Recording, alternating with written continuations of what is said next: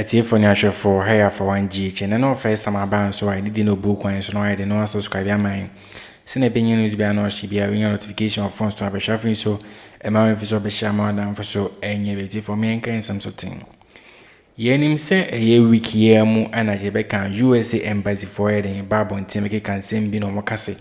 1 hour money then among pese a democracy because Ghana no sanko for no say a drew about on so na say in case of Omo Africa na a idea omo visa no ye ya ban omo visa no we no ana ye frɛ ɛyɛ sam ɛyɛ nimdiphobia ono so ɛyɛ US wo bia kyese ɔkase ɛyɛ ye beka US embassy na ban brane Acheampong visa any wuntumi visa kyese ya date mo remi pa ade nti na omo kasa because Bryan Acheampong babo nti me kan say nya de omo ane pa ama NDC phone na NDC ama NDC phone china eno na ama US embassy for the ombuofu yi pa no mai de oma bane eye ye beka eye Bryan Acheampong ne visa omo se oma ntuni na kwampo nsi US bi because in some waken e go against omo policy na omo de ababonte no owe no na e beka eye sa nipa koya owo US wo yi esa e kache Ghana fo nyina se niam e cause ayo so weso go nyina no e ade da USA embassy for no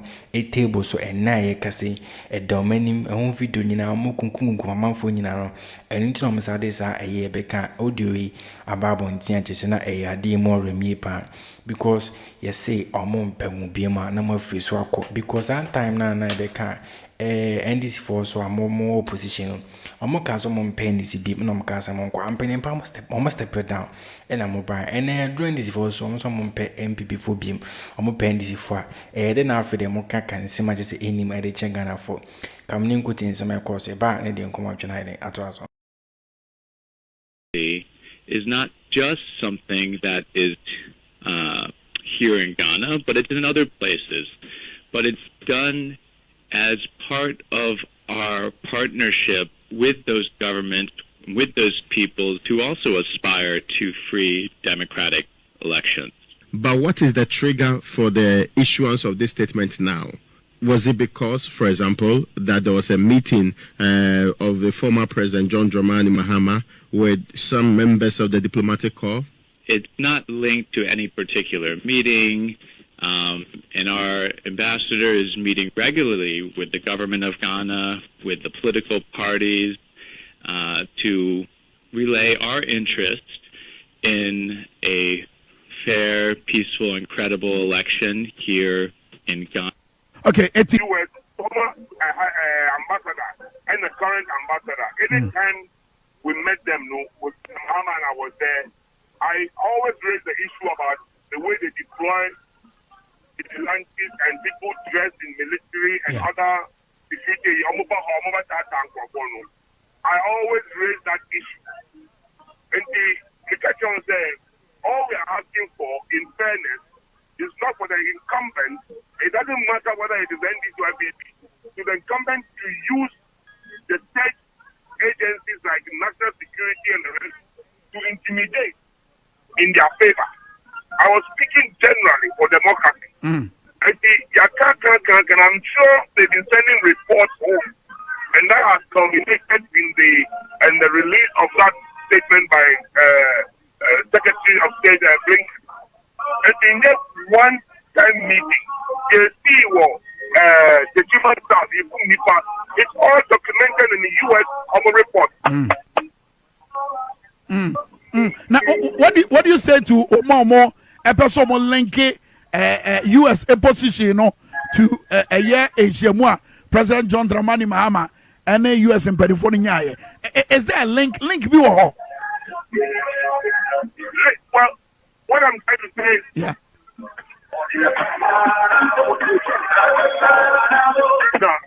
the link, what I'm saying is there. It was always going to happen. In the sense that any meetings we had with them, issues of intimidation and other machinations are at this level, the smooth flow of the democracy. You raise issues, so they always raise the issues. I'm not surprised at all that it came from the State Department. It was not just that one meeting President Mahama had with that's right. the U.S. ambassador and other diplomats. Yeah. It has always been one of our main subjects of discussion. And as we check the report on, I have informed the Secretary, the Commonwealth Secretary General, the current one, not the last one before Sheila Ikoboji. I've raised all those issues about some of the intimidation and harassment that goes on under the Meko border administration. So I am not surprised. It works well for Ghana and our democracy. Yes, is see what the human staff and I was the minimum cut time of Bryan Acheampong. Jeff and Mamu, Jeff Power and Mamu, anti-democratic. And intimidation, want to minimum, and all those issues. I mean, I want to minimum in the next So, want to minimum Bryan Acheampong.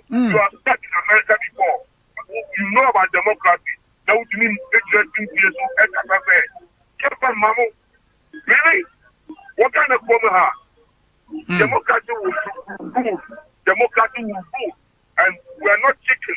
You know, you're in bed, but I'm and the woman, Ghana for any year.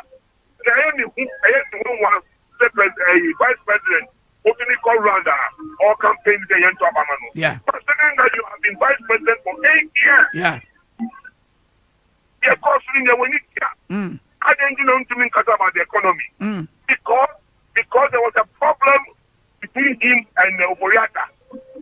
Because he was not on top of the game of the economy. What did he do to prevent our current situation?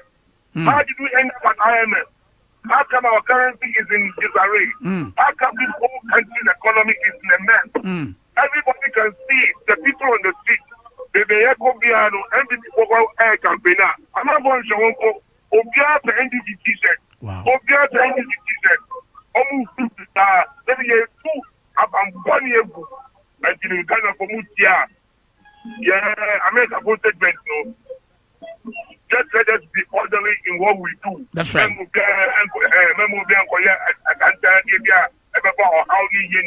Material. Yes, no soldiers just allow the police to handle the civil process. This is not a war.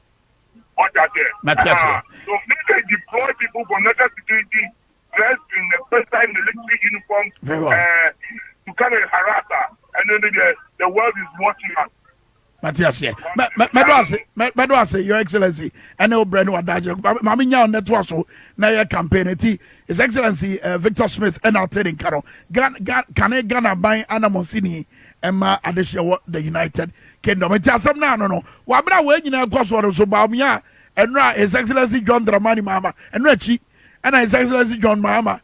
Ebusadon say one room out of on one gas 170 questions. President Mahama ejina enum peso ene bisano. Wodi mirika ofanya no mra.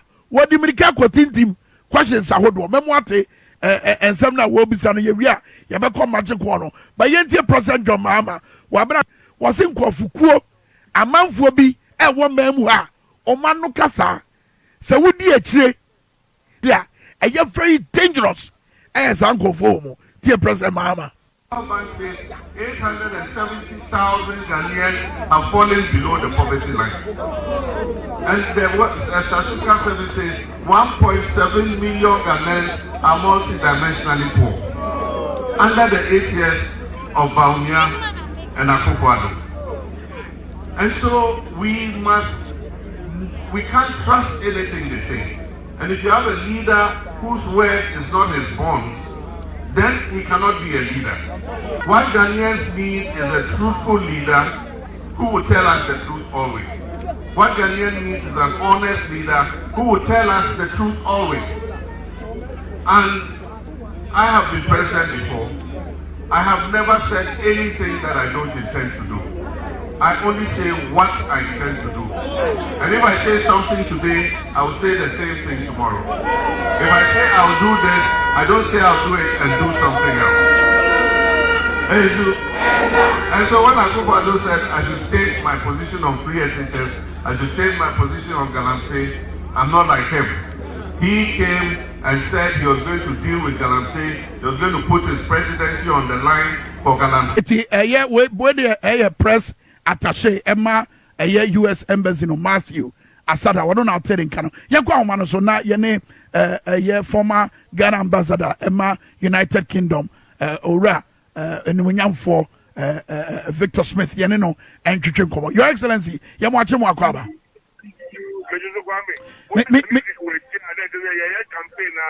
Me am many pia. Metiasie where do you tell where do you tell so Saturday me jamu akotwa campaign so na me sure say what campaign so no ba me questions na ono so dia ba me sure say mo beboa ama amanfo atiasie. Interesting. The US for can uhunu ne say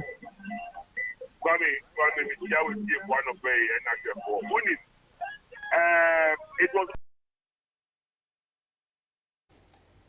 Abusiafo native for winning information about now so US embassy for my day my ban a Bryan champion visa ya Jeffini sema say kwakwa ya dey say Harry Hosen pant say ya DSI NDC at the NDC for because o my imagine say mo threaten NDC for we na omo to a 2 elbro NDC for ni area na eto de no my day o ma for mo visa omo ko interview bi na so ma for mo visa na got na plane mo plane tickets na on Africa na the same time plan to Jimensa na on also the plane ticket pack no ko US emuju anu asaba eno na US embassy for so mo bia betanka na obia be obi no oba obia why so be fringing the democracy no ehwa na betan now we no more kan GM 5 questions I be kan on yama ba o mi a just ba o mi ntimi nya hwe ba o mi ntimi answer 5 question and then answer 5 question each because within 8 years no percentage ama ebeka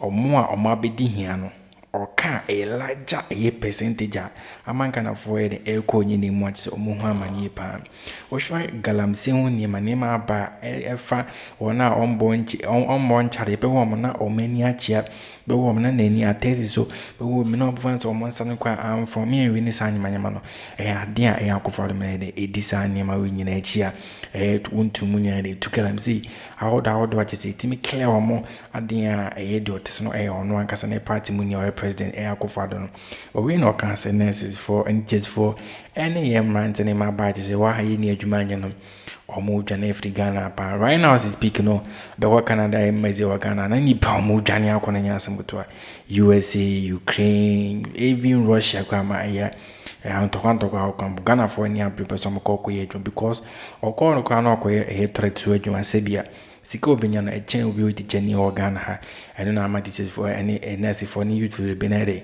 edwane akwa nya asem to kam ningu tinsem bi oda betu jai ba ne dem come tonight. And today Galamsey is worse than it's ever been in this country. Ghanaians are suffering and they are trying to create a narrative that the economy is getting better. The economy is not getting better. If you want to find out about the economy and the quality of people's life, you go to the people and ask them whether their lives are getting better. People's lives are worse this year than it was even last year. And yet they come and say, oh, the economy is turning the corner.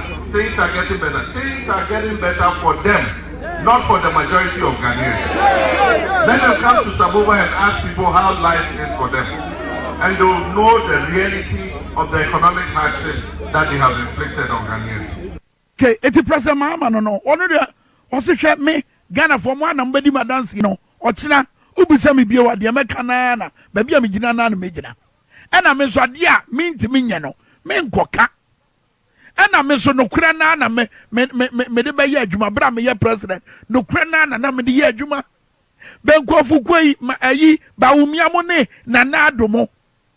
Was me the presidency about to so Galamsey no medi wudwuma ene Galamsey ne tebi atesai ene ya seda nwene nsem kan nsem bom seda twamfonyi te se de ye sika sem gina yie aso no kuramu woni Ghana ni ne kasana utu se Ghana ni ne bre ena me kwa MC program bi wo University of Ghana it's a conference room wo na ya about said the Ghana for efa kwa ahodo so edwane afri mamu a anurse fo adwane adokota fo adwane na asɛm ne titiri asɛm ne sɛ ɛdeɛ ne yɛbɛyɛ ne apɛ ɛho po masi berɛ ɔmo bɛkasa wɔ dwumadie no nyinaa ase ɛdaadi the number of professionals akyerɛkyerɛfoɔ adɔkotafoɔ a ɛdwane afiri ma mu a adɛn ntiri a yɛsi kasɛm nyɛ ahokyerɛ wɔ ha akatua no ɔgye ne naa no ɛnɛ mmerɛ mu wɔgye saa berɛ yi a ahokyerɛ aba gye a na wɔde bɔ akɔhoma a biribia nkɔ yie sukuu fees ɛnoma ɔbɛtua wɔ abere a wɔde ne ba akɔ ntoasoɔ sukuu ɛnɛ mmerɛ mu a yɛaseɛ sɛ ɛyɛ fidii no ahokyerɛ no so ɔmo tumi etu wɔnya ne ho titim ekodi amanɔne a adwumafo bi a ɔbɛyɛ why because at the end of the day sika ɔbɛnya no nya no bi ɛna ɔbɛnya wɔ Ghana. It's an interesting program na manfo ɔmo baase a na ɔmo bisabisa questions you could see from their eyes and from the tone of their voice genuity sɛ ɔmo pɛ sɛ ɔmo ɛte firi panyin bi hɔ nea yɛbɛyɛ a yɛbɛfiri mu na nyame nkyɛn sɛ Dr. Ahajimo William Ahajimo ana ɛde afiri ɔha wei mu na yɛnkɔ magic wɔ no ho na yɛni nkɔmmɔ bi yɛwie a wɔn nsɛm mmienu bi a mede bɛto m'anim ansa ne yɛde tonton sansan no aba na wie yɛ ɔbɛn pɔn ayɛ krado ɔbɛn pɔn fa ɛda a ɛyɛ ɔman Ghana ɛbɛn wɔden atumi akɔkɔto aba wɔ ɔman Ghana ma ɛyɛ 7th of December ɛyɛ 2024 yi egu so a ɛte ɛde ba fam sisi amene ka sɛ aka 38 days pɛpɛɛpɛ na ɛbra so sɛ ɔman Ghana ɛbɛtumi akɔkɔto aba the election powerhouse TVSYZ na fe power 97.9 yes so egu so a yɛbɔ modern sa abrini don bi and yɛbɛbɛ tiefo ne ahwɛfo nyinaa ate en afi abato ɛbɛkɔ so no wɔn ate ase ɛnɛ kwame yɛbɔ modern ne akɔmagye kuo no ho de a na yɛba bɛhwɛ global info analytics ɔmo nhwehwɛ mu bi a ɔmo asen ayɛ ɛde aba bɛto dwa earlier on ɔmo de projections bi baayɛ ɛyɛ abato yi safi yɛ to out of the 275 constituencies no seat a MPP ebetimi anya any seat a NDC betimi anya any seat a independent candidate enso ebetimi anya kwame ti yɛkɔ na afi yakɔ akɔhwɛ ne yɛse in the 8th parliament of Ghana sɛdeɛ sesi a mmarahyɛbadwam na parliamentary seat no ɛteɛ ana kwame yɛ ba bɛhwɛ ɛhyɛ aseɛ from ɛyɛ 2016 a yeto abama na nadan kwakufado ebedu 2020 a yeto abawie no na parliamentary seat wo ye member of Mashebedwem no MPP amanyo konukuta 137 seats sanso na NDC amanyo konukuta 137 seats na fe nya independent ye member of parliament bako a no no so ejinem kwame yeto akoso na fe ya hwe near ACC Nansen recent changes in parliament Nansen in summer kwa Mashebedwem na no ejina so ma Mashebedwem chame pani Aban Sumana Bagben edin hye beto say we declare for seat vacant e wa Mashebedwem ti san nipa yi wo mu ntimi e ma Mashebedwem ma medi omo Mashebedwem ana say ejuma bia wo hobio esane say wo ma free party a edi omo ba aban mu ana afi omo akwakọ join omo akọ independent ana omo akwakọ join another political party enti constituencies speaker of parliament declare the vacant and go on honorable and Siama Amuako independent candidate me no ka say for me na they say wadwani MPP amanyoko no akọ party no eno na gina so na speaker of parliament eyi ni say ma parliament medi ni juma bi afi Cynthia Morrison honorable ono so MPP Mashebedwani ewo Gomua West asabre ono so independent candidate afi honorable Kwadwo Asante so MPP ni wono so sabre o se independent a free party no honorable Yakwachi Aka enso NDC MP ewo Amenfi Central sabre ono so independent kwame yen to kwaso na afi yen hwe current seat sans san ba ye ninti ama seat ewo parliament na so te na NDC abusuafo na tifo yen kan samsoten US for amabane Acheampong visa including one to so as more threatening NDC for ahead of 2024 election information ya kwache je sana nya asam gutwa sese na obeko ba bia na MP4 campaign abehu ni pakitikiti bia kese on meeting my den akan omo a kese ohwe NDC for so a crowd omo di na chi omo se pe NDC t-shirt including MPP amanyuko na kese omo so weden omo kan wa some information ya kwati free minkan wa kese na enya asam gutwa They find a man for more diploma suggest for vigilante group near the Mohara say I also was going to see some information near at the USA for embassy or mutable so and on a becan or many a brave man man for research so more your man is on the mid Jim Camomo. Come Jim more take Ghana a ship or may I don't form of visa no matter plenty no mama USO. We no kangalam see on answer matches and Mahama heading. A blast ya kofado ne ba me apante se enya sing to corruption so cause so moka wansema insemi bre no moka Ghana ya de amanesis for entities for youth for nyina de to free Ghana kwama no ne kwakwa de kwakwa bobra ho no information ya kwati free watch se enya sing to free se so ama nnuane ayese di nyina ama nkora omodi no obedi na avance omo ya we bi component intimate survive no mind omo free kwakwa ya de se more me pam kan se me read my Acheampong comment says me so Acheampong for so nya bi ahwa higher for 1G Akroma nyina